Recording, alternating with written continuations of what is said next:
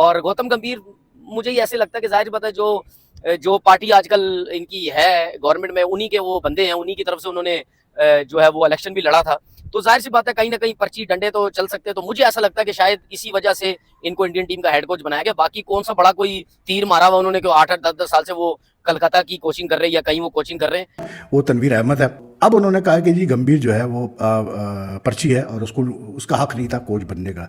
ये हमेशा वो एक मतलब दूसरों से हटके एक डिफरेंट ही बात करेगा। अब जैसे तनवीर भाई को ले लो, दोगे तनवीर भाई वैसे तो कई बड़ी सेंसिबल बातें करते हैं, लेकिन कभी कभार फिर वही मसला है ना, गोभी पकी होगी खाली होगी। अब वो ये कहते हैं कि गौतम गंभीर ये पर्ची है।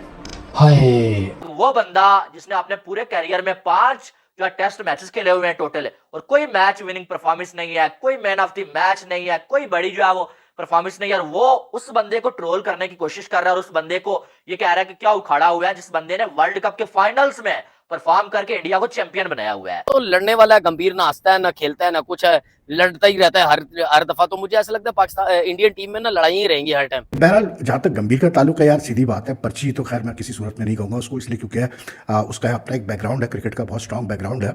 और मैं पहले भी कह चुका हूँ कि ठीक है उसका कोचिंग का शायद एक्सपीरियंस नहीं होगा जितना कि ड्राविड का था, लेकिन क्रिकेटिंग बैकग्राउंड उसका बहुत स्ट्रॉन्ग है। ये पर्ची इसको खिला लो, मेरा बेटा है, मेरे जिसे कहते हैं मेरा साला है, मेरा बहनोई है, मेरी इज्जत का सवाल है, बहन का घर बच जाएगा, इस किस्म के चक्कर वहाँ नहीं चलते। ये हमारी ही फुद्दू क्रिकेट में चलते हैं, उनके नहीं चलते। उन्होंने काफ़ी हद तक चीज़ें सेटल कर ली हैं। और बाकी तनवीर भाई रात को ना चावल ही खा लिया करें, हल्के से बॉयल करके, ज़्यादा ठीक रहेगा, बादी चीज़ें ना खाया करें। नमस्कार दोस्तों, जय हिंद। दोस्तों, तनवीर अहमद जैसा दोगला इंसान शायद ही कोई दुनिया में और मिलेगा, क्योंकि ये 2 दिन पहले ये बोला था कि बीसीसीआई बकरी बोर्ड है और ये तरह तरह के बीसीसीआई को गाली दे रहा था, और गौतम गंभीर के बारे में बोला था कि इस जैसे इंसान के बारे में मैं बोलूंगा, मैं कुछ इसके बारे में बोलना नहीं चाहता हूं। लेकिन फिर 2 दिन बाद उठ के वही बीसीसीआई और बीसीसीआई की कोच गौतम गंभीर के बारे में बोलने लगा कि भाई ये पर्ची है, क्योंकि मतलब इनका जो दुकान चलता तो इंडिया से है, ये वीडियो बनाएगा, इंडिया के लोग देखेंगे, इसको गाली करेंगे, इसी से इसका घर चलेगा। ये नहीं समझ पा रहा, इंडिया को गाली दे रहा है, 2 दिन बात कर रहा है कि हम बीसीसीआई के थल्ले नहीं लगाना चाहते, लेकिन उसी बीसीसीआई के ऊपर वीडियो बना दिया। मतलब बार दोगला इंसान। इसी को लेकर पाकिस्तान मीडिया ने इसको जमकर फैलाया। तो चलिए वीडियो देखते हैं, मैं मिलता हूं आपको वीडियो के एंड पर। मैं ये समझता हूँ कि वीवीएल लक्ष्मण को पाकिस्तान इंडियन टीम का हेड कोच होना चाहिए था, क्योंकि जाहिर सी बात है वो बी टीम के साथ काफी टाइम से वो हेड कोच थे। और गौतम गंभीर मुझे ही ऐसे लगता है कि जाहिर बात है जो पार्टी आजकल इनकी है गवर्नमेंट में, उन्हीं के वो बंदे हैं, उन्हीं की तरफ से उन्होंने जो है वो इलेक्शन भी लड़ा था।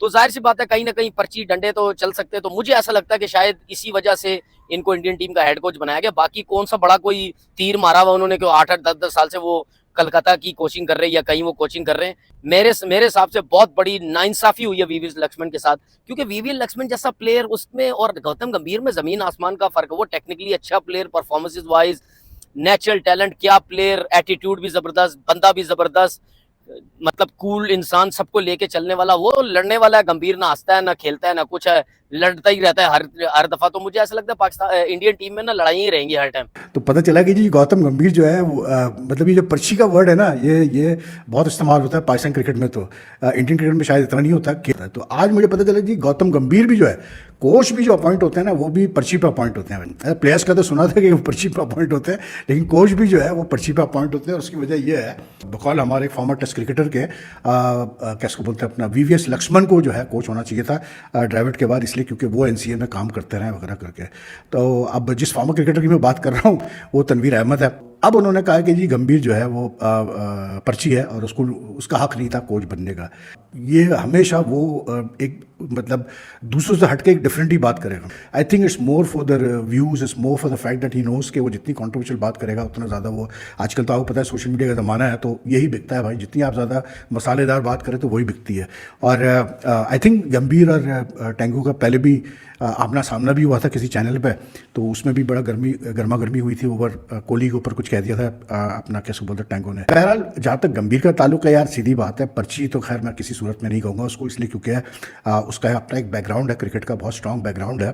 और मैं पहले भी कह चुका हूँ कि ठीक है उसका कोचिंग का शायद एक्सपीरियंस नहीं होगा जितना कि ड्राविड का था, लेकिन क्रिकेटिंग बैकग्राउंड उसका बहुत स्ट्रांग है, प्लस उसने जिस तरह से आईपीएल में केकेआर के साथ काम किया है, उसके लखनऊ सुपर जायंट्स के साथ काम किया है, he was a very strong contender. And I think कि बिकॉज द बीसीसीआई बिलीव्स के लोकल कोच ही होने चाहिए, तो ये एक अच्छी चीज़ है बीसीसीआई की कि वो लोकल कोचेस पे ही ज़्यादा जोर दे रहे हैं। लेकिन बहरहाल यार ये चीज़ें चलती रहेंगी, तनवीर बोलता रहेगा और भी फॉर्मर प्लेयर्स बोलते रहेंगे, इसलिए क्योंकि ट्रैक्शन मिलता है। अब लेकिन बहरहाल पर्ची तो नहीं है, और अगर हम अभी जीटीवी में अगर मैं होता तो ज़रूर मैं तनवीर टेंगो को सामने बिठाता और इस पर हम डिबेट करते हैं कि भाई कैसे आप कह रहे हैं कि जी गंभीर जो है वो पर्ची है। लेकिन अब जैसे तनवीर भाई को ले लो, दोगे तनवीर भाई वैसे तो कई बड़ी सेंसिबल बातें करते हैं, लेकिन कभी कभार फिर वही मसला है ना, गोभी पकी होगी खाली होगी।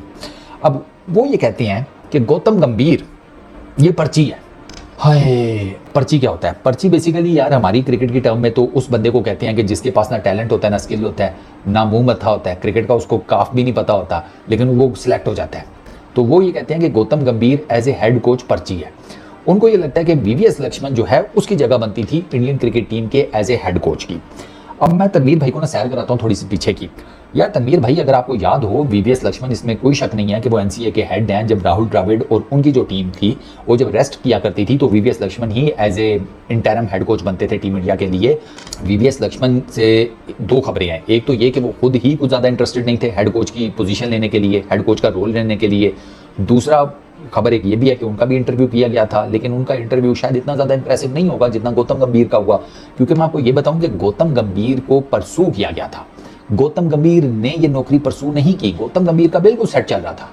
वो इस नौकरी से जितने पैसे मिलने हैं उससे डबल पैसे केकेआर की मेंटोरशिप से कमा रहा था। उसका भाई सेटल चल रहा था। वो आया मेंटोरशिप में केकेआर की, उससे पहले वो लखनऊ सुपर जायंट्स के साथ मेंटोरशिप कर रहा था उनकी। वो वहां से छोड़कर केकेआर में आया और आते साथ ही उसने आईपीएल भी जितवा दी, वरना केकेआर वाले तो आईपीएल नहीं जीत पा रहे थे। गौतम गंभीर ही केकेआर का वो कप्तान है जिसके टेन्योर में केकेआर 2 मरतबा आईपीएल जीती, उसके बाद कभी नहीं जीती थी। अब वो तीसरी मरतबा मेंटोर के तौर पर आया तो उसने आकर जितवा दिया। ये तो दुनिया जानती है। श्रेयस अय्यर ने कप तो उठाया, लेकिन उस कप को उठाने में श्रेयस अय्यर के पीछे और कप के पीछे जो बंदा खड़ा था वो गौतम गंभीर है। ये हर किसी को पता है। गौतम गंभीर ने तो अप्लाई नहीं किया था, ये तो बीसीसीआई वाले ड्यूरिंग आईपीएल गौतम गंभीर के पास पहुंच गए थे कि गुरु आ जाओ एज ए हेड कोच। अब बीसीसीआई वालों ने कुछ ना कुछ तो देखा होगा, क्योंकि देखें उधर ना इतना जिसे कहते हैं पैड़ा काम नहीं होता कि भाई आप आउट ऑफ नो वेयर एक बंदे को हेड कोच लगा दें कि जी ये पर्ची है। अब इस लेवल की जो जॉब है ना उसकी पर्ची पर सीधा सीधा मोदी जी की तरफ से आए तो आए, उससे नीचे के लेवल पर वो खुद अच्छा खासा सेटअप चलाकर बैठे हुए हैं, सिस्टम उनका रनिंग में है, वो इस किस्म की चीज़ें नहीं करते। ये पर्ची, इसको खिला लो, मेरा बेटा है, मेरे जिसे कहते हैं मेरा साला है, मेरा बहनोई है, मेरी इज्जत का सवाल है, बहन का घर बच जाएगा, इस किस्म के चक्कर वहाँ नहीं चलते। ये हमारी ही फुद्दू क्रिकेट में चलते हैं, उनके नहीं चलते। उन्होंने काफ़ी हद तक चीज़ें सेटल कर ली हैं। और बाकी तनवीर भाई रात को ना चावल ही खा लिया करें, हल्के से बॉयल करके, ज़्यादा ठीक रहेगा, बादी चीज़ें ना खाया करें। तनवीर अहमद साहब का ये कहना है कि गौतम गंभीर एक पर्ची कोच है। उन्होंने बोला कि जिस जो वो पार्टी से जो गौतम गंभीर जो पॉलिटिक्स करते थे और इलेक्शन भी लड़ते थे, उन्हीं की हुकूमत है आजकल, इसलिए जो वो वीवीएस लक्ष्मण को इंडिया की टीम का कोच नहीं बनाया गया, बल्कि गौतम गंभीर को कोच बना दिया गया, क्योंकि गौतम गंभीर एक पर्ची है और गौतम गंभीर का कोच बनता नहीं था। वो ये कह रहे हैं कि गौतम गंभीर किसी काम का बंदा नहीं है। वीवीएस लक्ष्मण ने इंडिया के लिए बड़ा कुछ किया हुआ है, लेकिन गौतम गंभीर ने इतना कुछ उखाड़ा नहीं हुआ है। उनके ये अल्फाज थे कि गौतम गंभीर ने ऐसा क्या उखाड़ा हुआ है कि गौतम गंभीर को कोच बना दिया, वीवीएस लक्ष्मण के साथ नाइंसाफी की है।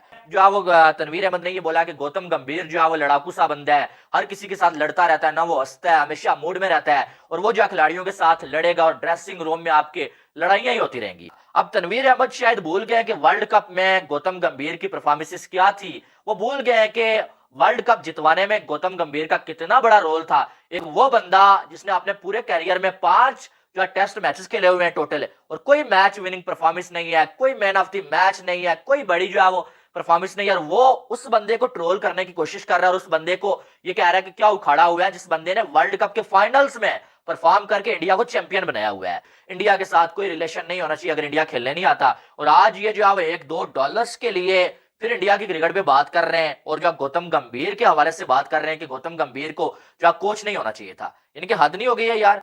आपको क्या लगे यार, दुनिया जो भी कर रही है वो उनका अपना मैटर है, आप कौन होते हैं ये बात कहने वाले कि गौतम गंभीर जो पर्ची है भाई और गौतम गंभीर ने कुछ नहीं उखाड़ा हुआ होगा? आपको कब से जो इंडिया की टीम की इतनी टेंशन होने लगी है भाई? तो दोस्तों जैसे कि आपने वीडियो में देखा कि जो तनवीर अहमद कैसा बोल रहा था कि भाई बीबीएस लक्ष्मण के साथ नाइंसाफी है। मतलब ये एक ऐसा लड़का मतलब बंदा है जो कि अपने पूरे कैरियर में सिर्फ 5 टेस्ट मैच खेला है ना। इसके टेस्ट मैच में कुछ इतना बड़ा रिकॉर्ड बन गया कि इसको मैन ऑफ द मैच दिया गया। अच्छा छोड़, हमारे मतलब गौतम गंभीर को हमने पर्ची रख लिया, तू कौन सा ऐसा तुरंत खान ने तुझको आज तक किसी ने क्लब क्रिकेट का भी कोच नहीं बनाया?